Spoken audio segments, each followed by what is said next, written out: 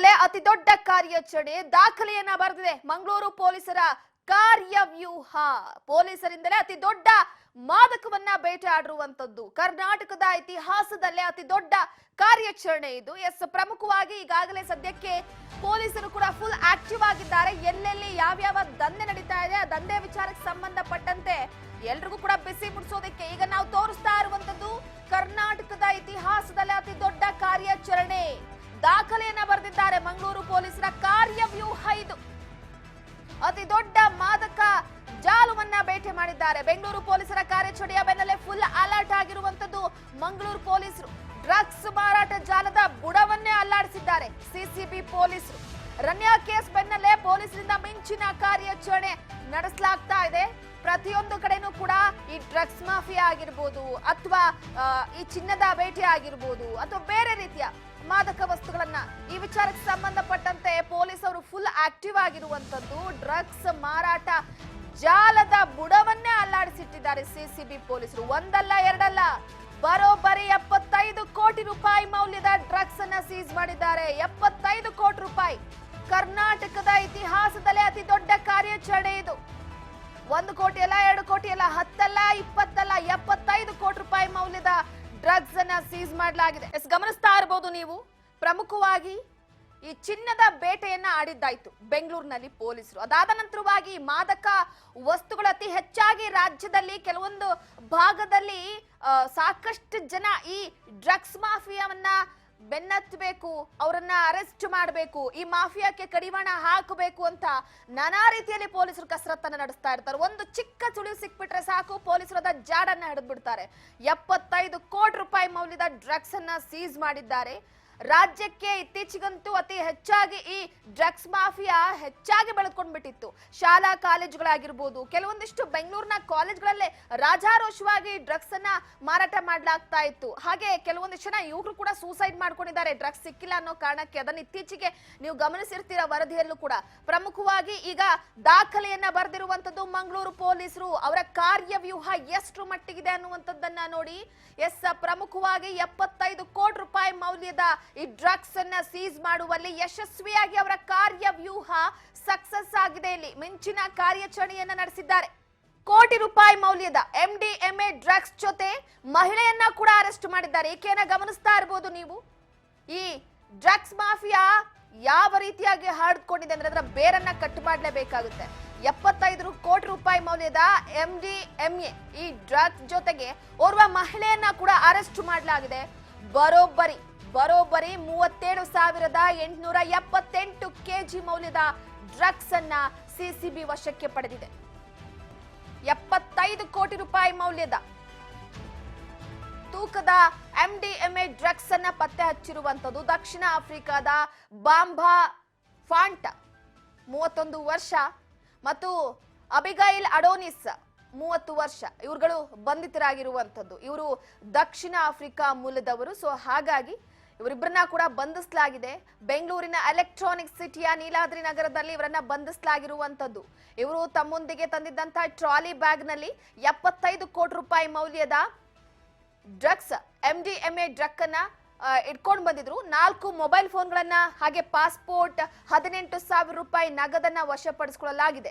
ದಕ್ಷಿಣ ಆಫ್ರಿಕಾದಿಂದ ಮಾರಾಟ ಮಾಡೋದಕ್ಕೆ ರಾಜ್ಯಕ್ಕೆ ಬಂದಿದ್ರು. ಖಚಿತ ಮಾಹಿತಿಯನ್ನ ಅರಿತಂತಹ ಪೊಲೀಸ್ನವರು 75 ಕೋಟಿ ರೂಪಾಯಿ ಮೌಲ್ಯದ ಡ್ರಗ್ಸ್ ಅನ್ನ ಸೀಸ್ ಮಾಡಿದ್ದಾರೆ. ಕರ್ನಾಟಕದ ಇತಿಹಾಸದಲ್ಲೇ ಅತಿ ದೊಡ್ಡ ಕಾರ್ಯವ್ಯೂಹ ಇದು. ಇತ್ತೀಚೆಗಂತೂ ಈ ಡ್ರಗ್ಸ್ ಮಾಫಿಯಾದ ವಿಚಾರಕ್ಕೆ ಸಂಬಂಧಪಟ್ಟಂತೆ ಪೊಲೀಸ್ ಇಲಾಖೆ ಕಟ್ಟೆಚ್ಚರವನ್ನ ವಹಿಸಿದೆ.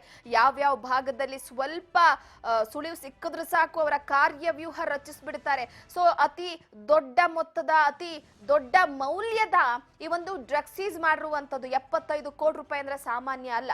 ಸೊ ಸದ್ಯಕ್ಕೆ ಅವರ ಹತ್ರ ಇದ್ದಂತಹ ಪಾಸ್ಪೋರ್ಟ್, ಅದ್ರ ಜೊತೆಗೆ 4 ಮೊಬೈಲ್ಗಳನ್ನ ಹಾಗೆ 18,000 ರೂಪಾಯಿ ಹಣವನ್ನ ಈಗ ಸದ್ಯಕ್ಕೆ ಪೊಲೀಸ್ನವರು ವಶಪಡಿಸಿಕೊಂಡಿದ್ದಾರೆ. ಈ ಎಲೆಕ್ಟ್ರಾನಿಕ್ ಸಿಟಿ ಭಾಗದಲ್ಲಿ ನಾವು ಗಮನಿಸಿದ್ದೀವಿ, ಇತ್ತೀಚೆಗೆ ಅತಿ ಹೆಚ್ಚಾಗಿ ಕೂಡ ಈ ಡ್ರಗ್ಸ್ ಗಳನ್ನ ಪತ್ತೆ ಹಚ್ಚಲಾಗ್ತಾ ಇತ್ತು. ಅಲ್ಲಿನ ಯುವಕರು ಅತಿ ಹೆಚ್ಚಾಗಿ ಡ್ರಗ್ಸ್ಗೆ ಒಳಗಾಗ್ತಿದ್ರು ಅನ್ನುವಂತಹ ವಿಚಾರವನ್ನ ಸಾಕಷ್ಟು ವರದಿಯನ್ನ ಕೂಡ ಮಾಡಿದ್ದೀವಿ. ಇದರ ಬೆನ್ನತ್ತಿದಂತಹ ಪೊಲೀಸರು ಎಲೆಕ್ಟ್ರಾನಿಕ್ ಸಿಟಿಯ ನೀಲಾದ್ರಿ ನಗರದಲ್ಲಿ ಇವರಿಬ್ರು ವಾಸವಾಗಿರ್ತಾರೆ. ಸೊ ಇವರಿಬ್ಬರಲ್ಲಿ ಒಬ್ಬ ಮಹಿಳೆಯನ್ನ ಈಗ ಅರೆಸ್ಟ್ ಮಾಡಿದ್ದಾರೆ, ಇನ್ನೊಬ್ಬರನ್ನು ಕೂಡ ಅರೆಸ್ಟ್ ಮಾಡಿರುವಂತದ್ದು. ಆದ್ರೆ ಪ್ರಮುಖವಾಗಿ ನೋಡಿ ಈ ಕಾರ್ಯಾಚರಣೆ ಹೇಗಿತ್ತು, ಅದರ ಆ ಒಂದು ನಕ್ಷೆ ಹೇಗಿತ್ತು ಅನ್ನುವಂಥದ್ದೇ ಸಾಕಷ್ಟು ಕುತೂಹಲ. ಯಾಕಂದ್ರೆ ಪೊಲೀಸ್ನವರು ಈಗ ಗುಪ್ತಚರ ಇಲಾಖೆ ಇರುತ್ತೆ, ಕೆಲವೊಂದಿಷ್ಟು ಗುಪ್ತ ಮಾಹಿತಿಯನ್ನ ಕೂಡ ಕೊಟ್ಟಿರ್ತಾರೆ. ಅದರ ಜೊತೆಗೆ ಈಗ 37 kg ಅಂತ ಅಂದ್ರೆ ಸರ್ವೇ ಸಾಮಾನ್ಯವಾಗಿ ಶಾಕ್ ಆಗುತ್ತೆ. 75 ಕೋಟಿ ರೂಪಾಯಿ ಮೌಲ್ಯದ ಡ್ರಗ್ಸ್ ಅನ್ನ ಇಟ್ಕೊಂಡಿದ್ರು ಟ್ರಾಲಿ ಬ್ಯಾಗ್ ಅಲ್ಲಿ ಅಂತಂದ್ರೆ ಈ ಡ್ರಗ್ಸ್ ಗಳನ್ನ ಎಲ್ಲಿಗೆ ಸಪ್ಲೈ ಮಾಡ್ತಿದ್ರು, ಎಲ್ಲಿಗೆ ಹೋಗ್ತಿತ್ತು, ಯಾವ್ಯಾವ ಭಾಗಕ್ಕೆ ಹಂಚಿಕೆ ಮಾಡ್ತಿದ್ರು, ಇವರನ್ನ ದಕ್ಷಿಣ ಆಫ್ರಿಕಾದಿಂದ ನಮ್ಮ ಭಾರತಕ್ಕೆ, ನಮ್ಮ ರಾಜ್ಯಕ್ಕೆ ಕಳಿಸ್ಕೊಟ್ಟವ್ರು ಯಾರು, ಇಲ್ಲಿಂದ ಅದು ಎಲ್ಲೆಲ್ಲಿಗೆ ರವಾನೆ ಆಗ್ತಿತ್ತು ಅನ್ನುವಂತಹ ವಿಚಾರವನ್ನ ಒಂದ್ ಕಡೆ ಗಮನಿಸಬೇಕಾಗುತ್ತೆ. ಒಂದು ಗ್ರಾಮ್ಗೆನೆ ಈ ಡ್ರಗ್ಸ್ ಒಂದು ಗ್ರಾಮ್ಗೆನೆ ಇಷ್ಟು ಅಂತ ಇರುತ್ತೆ. MDMA ಬಹಳ ಸ್ಟ್ರಾಂಗ್ ಇದೆ, ಸೊ ಇಷ್ಟಂತ ಇರುತ್ತೆ. ಸೊ ಹಾಗಾಗಿ 75 ಕೋಟಿ ರೂಪಾಯಿ ನಮಗೆ ಅದು ನೋಡಿದ್ರೆ ಪಾಕೆಟ್ಗಳು ಚಿಕ್ಕದಾಗಿ ಕಾಣಿಸಬಹುದು, ಬಟ್ ಅದರಲ್ಲಿ 75 ಕೋಟಿ ರೂಪಾಯಿ ಮೌಲ್ಯದ MDMA ಡ್ರಗ್ಸ್ ಇರುವಂತದ್ದು. ಒಂದು ಪಿಸ್ತೂಲ್ ಅನ್ನ ಕೂಡ ವಶಪಡಿಸಿಕೊಂಡಿದ್ದಾರೆ, ಗಮನಿಸ್ತಾ ಇರಬಹುದು ಆ ಬಾಕ್ಸ್ ಅಲ್ಲಿ. ಆ ಪಿಸ್ತೂಲ್ ಅದರ ಜೊತೆಗೆ 4 ಮೊಬೈಲ್, 18,000 ರೂಪಾಯಿ ಹಣವನ್ನ ವಶಪಡಿಸಿಕೊಂಡಿದ್ದಾರೆ. ನಕಲಿ ಪಾಸ್ಪೋರ್ಟ್, ನಕಲಿ ವೀಸಾ ಬಳಸಿ ಪ್ರಯಾಣ ಮಾಡ್ತಿದ್ದಾರೆ ನೋಡಿ. ಇಂಥವ್ರಿಗೆಲ್ಲ ಪಾಸ್ಪೋರ್ಟ್ ಇನ್ನೇನು ಸಿಗುತ್ತೆ, ಮತ್ತೆ ನಕಲಿ ಪಾಸ್ಪೋರ್ಟ್ ಹಾಗೆ ನಕಲಿ ವೀಸಾ ಬಳಸ್ಕೊಂಡಿರುವಂತದ್ದು. ಬೆಂಗಳೂರು ಮತ್ತು ಇತರೆ ಭಾಗಗಳಿಗೂ ಕೂಡ ಡ್ರಗ್ಸ್ ಪೆಡ್ಲರ್ಗಳಿದ್ದಾರೆ, ಅವ್ರಿಗೆಲ್ರಿಗೂ ಕೂಡ ಹಂಚಿಕೆಯನ್ನ ಮಾಡ್ತಾ ಇದ್ರು. ಆದಷ್ಟು ದಕ್ಷಿಣ ಆಫ್ರಿಕಾದಿಂದನೇ ಬರೋದು ಬಿಡಿ ಹೆಚ್ಚಾಗಿ ಡ್ರಗ್ಸ್. ನೈಜೀರಿಯನ್ ಪೆಡ್ಲರ್ಗಳಿಗೆ ಮಾದಕ ವಸ್ತುವನ್ನ ಸಾಗಿಸೋದಕ್ಕೆ ಯತ್ನಿಸಲಾಗ್ತಾ ಇತ್ತು. ಇವ್ರ ಭಾಗದ ಜನರು ಎಲ್ಲೆಲ್ಲಿದ್ದಾರೆ ಅವ್ರಿಗೆಲ್ಲರಿಗೂ ಕೂಡ ಈ ಒಂದು ಡ್ರಗ್ಸ್ ಸಪ್ಲೈ ಮಾಡುವ ವಿಚಾರವಾಗಿ ಎಲೆಕ್ಟ್ರಾನಿಕ್ ಸಿಟಿಯ ನೀಲಾದ್ರಿ ನಗರದಲ್ಲಿ ಇಬ್ಬರನ್ನ ಬಂಧಿಸಲಾಗಿದೆ. ಬಂಧಿತರಿಂದ ಕೆಲವೊಂದಿಷ್ಟು ಮಾಹಿತಿಯನ್ನ ಪಡೆದುಕೊಳ್ಳಲಾಗಿದೆ. ನಾನು ಮೊದಲೇ ಹೇಳಿದಾಗೆ 4 ಮೊಬೈಲ್ ಫೋನ್ಗಳು, ಪಾಸ್ಪೋರ್ಟ್ ಹಾಗೆ 18,000 ರೂಪಾಯಿ ವಶಪಡಿಸಿಕೊಳ್ಳಲಾಗಿದೆ. ಪಾಸ್ಪೋರ್ಟ್ ಕೂಡ ನಕಲಿ, ವೀಸಾ ಕೂಡ ನಕಲಿ, ಎಲ್ಲವೂ ಕೂಡ ನಕಲಿ. ಇನ್ನ ನೈಜೀರಿಯಾದಿಂದ ಯಾರ್ಯಾರು ಪೆಡ್ಲರ್ಗಳಿದ್ರು, ಈ ಡ್ರಗ್ಸ್ ಪೆಡ್ಲರ್ಗಳು ಯಾರ್ಯಾರಿರ್ತಾರೋ ಅವ್ರಿಗೆಲ್ರಿಗೂ ಕೂಡ ಇದನ್ನ ಹಂಚಿಕೆ ಮಾಡ್ಲಾಗ್ತಿತ್ತು, ಅವರಿಗೆ ರವಾನೆ ಮಾಡ್ಲಾಗ್ತಾ ಇತ್ತು. ಆದ್ರೆ ಪೊಲೀಸ್ನವರ ಕಾರ್ಯಾಚರಣೆ, ನಮ್ಮ ಕರ್ನಾಟಕದ ಪೊಲೀಸರು ಹೆಮ್ಮೆ ಬಿಡ್ರಿ. ಹುತ್ತದಲ್ಲಿ ಯಾರೇ ಇದ್ರೂ ಕೂಡ ಹುಡುಕ್ಬಿಟ್ಟು ಅವರನ್ನ ಅರೆಸ್ಟ್ ಮಾಡೋದ್ರಲ್ಲಿ ಇಡೀ ಭಾರತ ದೇಶದಲ್ಲೇ ಅತಿ ಹೆಚ್ಚಾಗಿ ಕಾರ್ಯಾಚರಣೆಗಳನ್ನ ಹಾಗೆ ಕೆಲವೊಂದಿಷ್ಟು ಅಂಡರ್ವರ್ಲ್ಡ್ ಡಾನ್ಗಳನ್ನ, ಕಾಡುಗಳನ್ನ ಹಿಡಿಯುವಂತಲ್ಲಿ ಕೂಡ ಯಶಸ್ವಿಯಾಗಿರ್ತಾರೆ.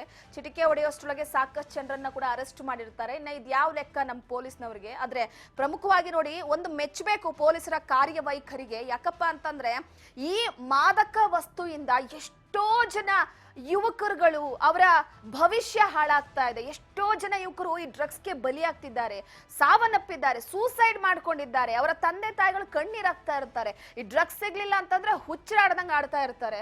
ಆ ಡ್ರಗ್ಸ್ ಮಾಫಿಯಾದ ಪೆಡ್ಲರ್ಗಳು ಬಿಡಿ, ಹೆಂಗೋ ಬಂದು ದುಡ್ಡಿನಾಸಕ್ ಮಾರ್ಬಿಟ್ಟು ಹೋಗ್ತಾರೆ. ಆದ್ರೆ ಜೀವನ ಹಾಳು ಮಾಡ್ಕೊಳ್ತಾ ಇರುವಂತದ್ದು ಅತಿ ಚಿಕ್ಕ ವಯಸ್ಸಿನ 20 ವರ್ಷದ ಒಳಗಿರುವಂತಹ ಯುವಕರುಗಳೇ. ತಂದೆ ತಾಯಿಗಳು ಕನಸನ್ನ ಕಂಡಿರ್ತಾರೆ, ತಮ್ಮ ಮಕ್ಕಳು ಉತ್ತಮವಾದಂತ ಭವಿಷ್ಯಗಳನ್ನ ರೂಪಿಸಬೇಕು, ಒಬ್ಬ ಸಾಧಕನಾಗಿ ಬೆಳಿಬೇಕು ಅಂತ.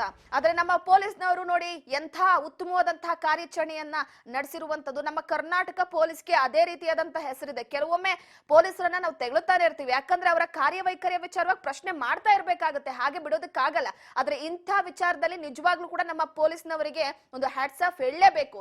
ಎಲ್ಲಾ ವಿಚಾರದಲ್ಲೂ ಕೂಡ ಸಾಕಷ್ಟು ರೀತಿಯಲ್ಲಿ ತಮ್ಮ ಕಾರ್ಯವ್ಯೂಹದ ಮುಖಾಂತರವಾಗಿ ಒಂದು ತಂಡವನ್ನ ರಚಿಸಿಕೊಂಡು ಈ ಒಂದು ಕಾರ್ಯಾಚರಣೆಯನ್ನ ನಡೆಸುವಲ್ಲಿ ಯಶಸ್ವಿಯಾಗಿದ್ದಾರೆ.